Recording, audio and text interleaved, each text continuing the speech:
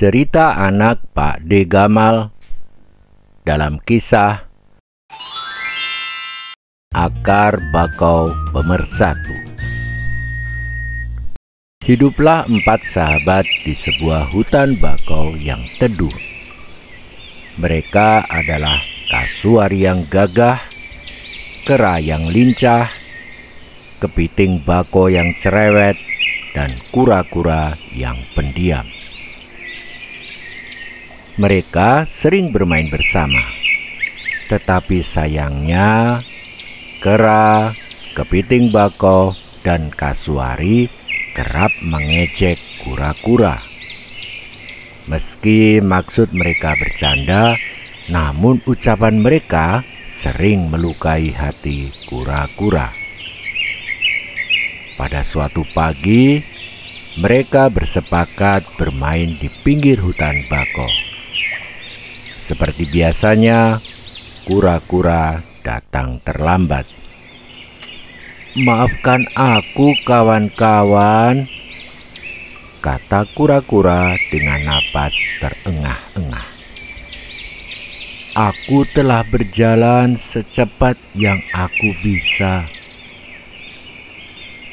"Kami bisa maklum itu karena kau si paling lamban," ledek Kepiting Bakau sambil tertawa.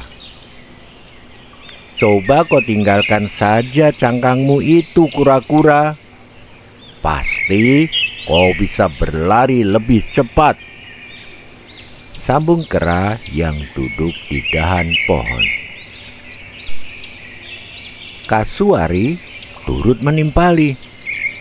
"Tanpa cangkang, kau juga bisa lebih cepat berenang, Kura-kura." Kura-kura terdiam, wajahnya sedih. Ia pun berjalan perlahan-lahan meninggalkan Kera, Kepiting Bakau, dan Kasuari. Malam harinya, Kura-kura memutuskan pindah.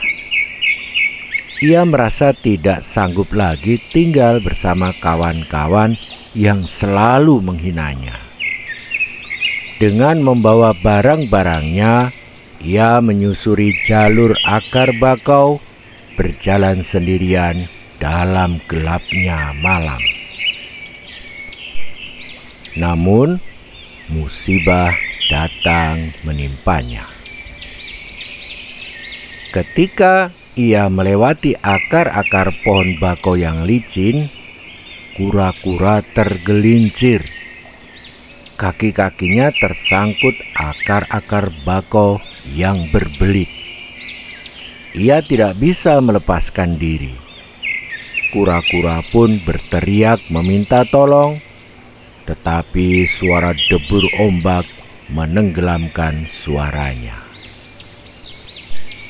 Keesokan harinya, Kera, Kepiting Bakau, dan Kasuari yang merasa bersalah mendatangi rumah Kura-kura. Mereka ingin meminta maaf, tetapi rumah itu kosong. "Kura-kura telah pergi," kata Kasuari. "Kita harus mencarinya sebelum Kura-kura semakin jauh." Mereka menyusuri hutan bakau, mengikuti jejak-jejak kaki Kura-kura, hingga akhirnya mereka mendengar suara lemah dari balik semak-semak. "Tolong!" Mereka bergegas ke sumber suara dan menemukan Kura-kura tergolek lemas. Kaki-kakinya terbelit akar-akar pohon bakau, sementara tubuhnya hampir terendam air laut pasang. Mereka lantas bekerja sama untuk menolong Kura-kura. Kera menarik akar, Kepiting Bakau menggunakan capit besarnya untuk memotong, sedangkan Kasuari menyibak lumpur agar kura-kura bisa bernafas lega. Ketiganya bekerja keras hingga akhirnya kura-kura berhasil dibebaskan. "Terima kasih," ujar kura-kura lemah. "Tapi mengapa kalian menyusulku?" "Karena kami tidak mau kehilanganmu, kura-kura," jawab kasuari. "Kami minta maaf karena telah membuatmu sakit hati."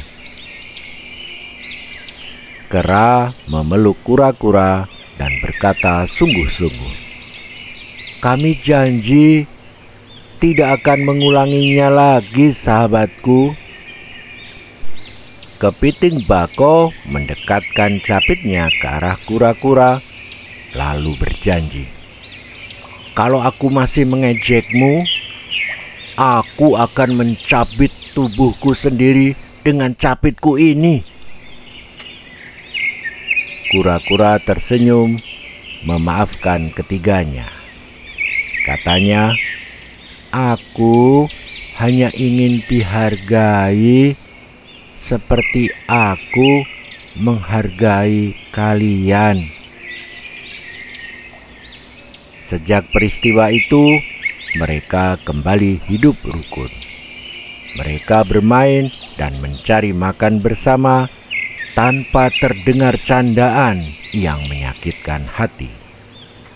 Mereka menyadari perbedaan itu bukan alasan untuk menghina atau merendahkan, tapi kekuatan yang menyatukan mereka seperti akar-akar bako yang kuat karena saling terjalin.